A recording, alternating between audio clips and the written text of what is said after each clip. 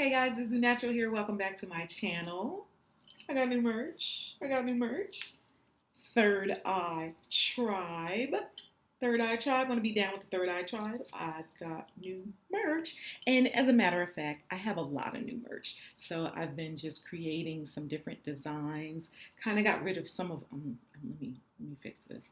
Kind of got rid of some of the old designs that just weren't really doing too well, and maybe they weren't my favorite anymore. And so I'm going to take a moment of silence, and I'm going to flash across the screen somewhere some of the pictures of the new merch.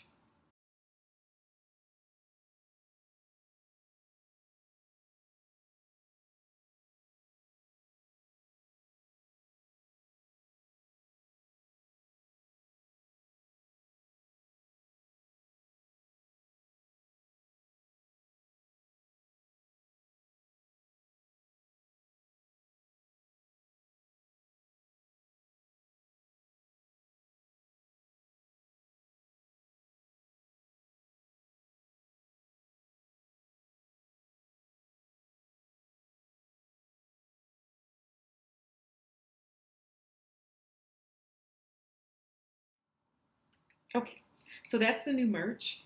And guess what we're going to do today? We're going to talk about worry stones. Have you heard of worry stones? Do you know what they are? Do you like to hear a little bit more about them? Stay tuned.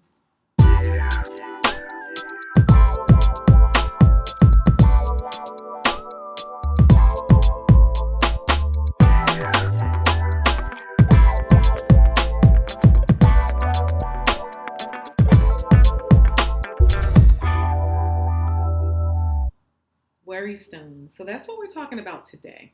So I've had a lot of people ask me, what are worry stones? What do they do? Do I need one? And so I was like, you know what? Let's do a video. Let's do a video on that.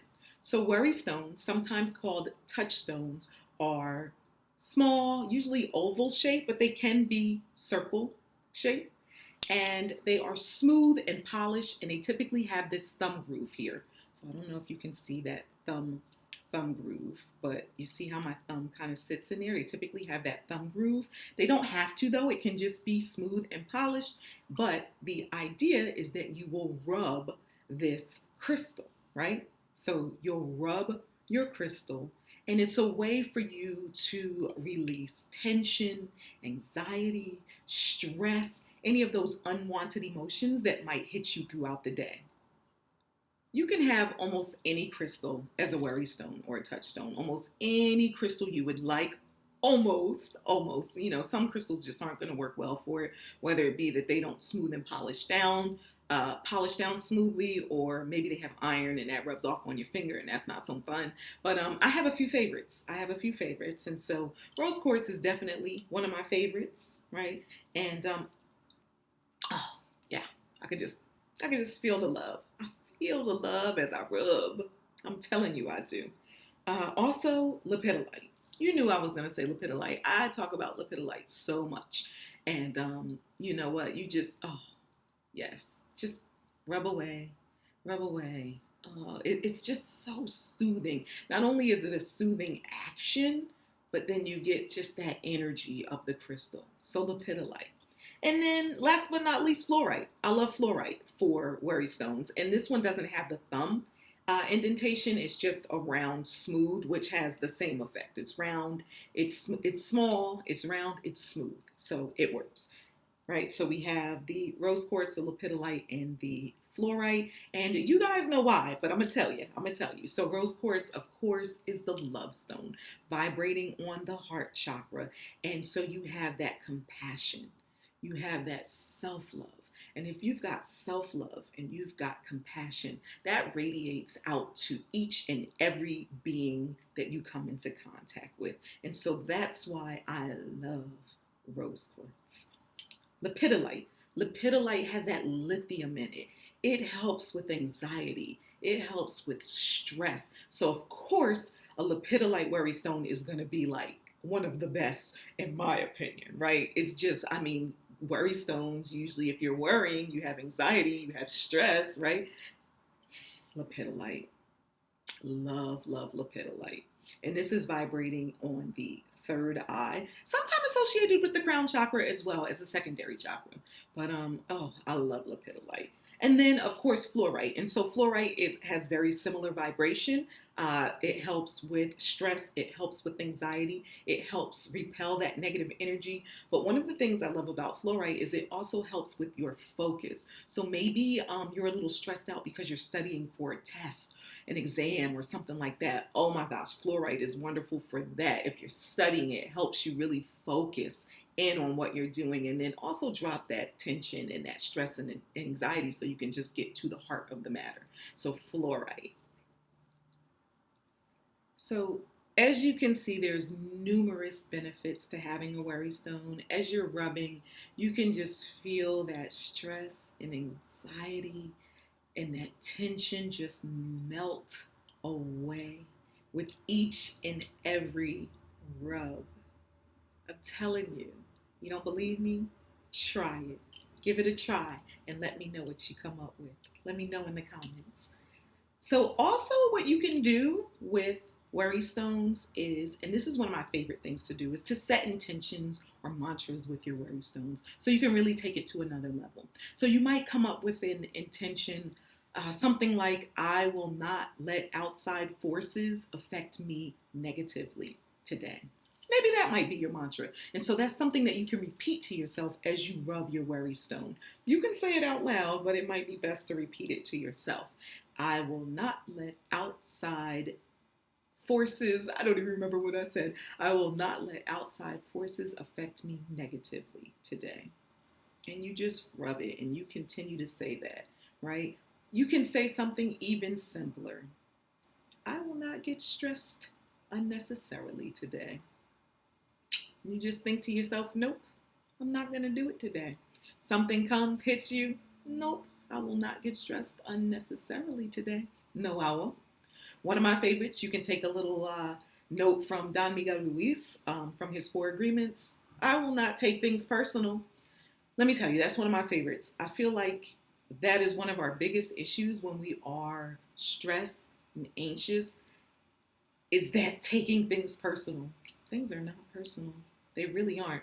Things that people do and say has everything to do with them and nothing to do with you. Now, that doesn't mean that it doesn't affect you, but you're in control of how it affects you. And it just takes practice. And this is a wonderful way to do this.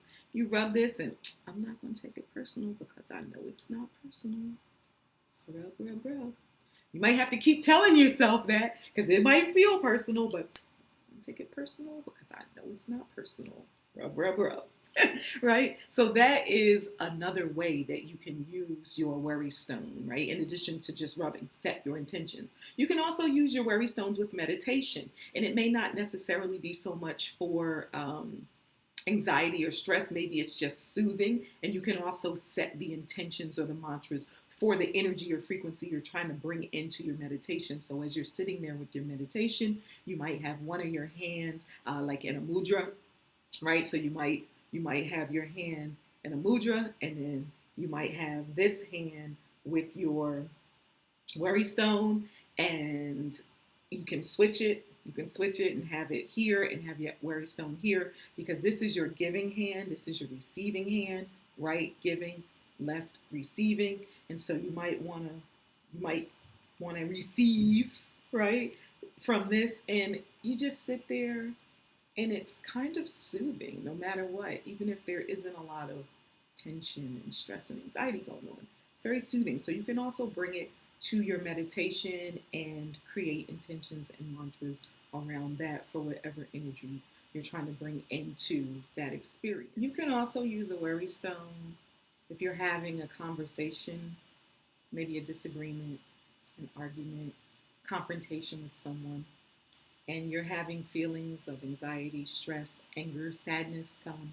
You can have one of these babies in your pocket and you pull it out and you just get to rubbing, and you rub before you react, right? And so this way, instead of reacting to what's going on, you can take the time and maybe respond, right? Because reacting doesn't always get us what we want, right? Reacting, sometimes we don't even think about what we are saying and what we are doing. So we want to pause and we want to respond. And I feel like a worry stone is a really good way to do that, right? You get your rub on, you pause, you get in touch with your emotions and your feelings, you feel them, and you let them float across. You become like a silent witness, and then you let them go, and then you're able to be in a clear head and just respond. So I think that's another way to use your worry stone.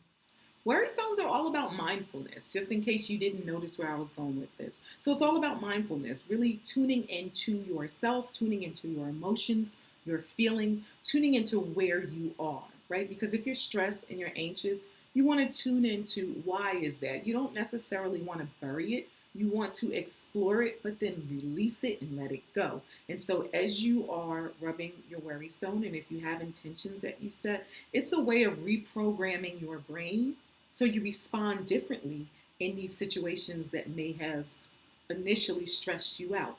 And over time, you'll notice that this isn't even stressing me out anymore. This would have stressed me out 3 months. And now I'm just like, rub, rub, rub, whatever. Hakuna Matata, right? And so that's why I love worry stones. And that's why I had to do a video on them, because I just didn't realize that like people didn't know about them. And a lot of people were asking me, and I'm like, oh, I got to tell you. I got to tell you because I love them. I got to tell you about worry stones. So I just told you, right? So do you use worry stones? Do you love worry stones? Do you not like them? Let me know. Drop it in the comments. If you haven't used worry stones, are you consider using them now? Let me know that. Drop them in the comments. I have plenty of worry stones in the shop, just in case you are interested in purchasing some online and you don't have a crystal shop in your area.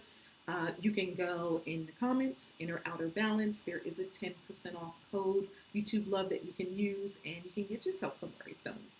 Yeah. So like, comment, share, subscribe, all that good jazz. Peace out.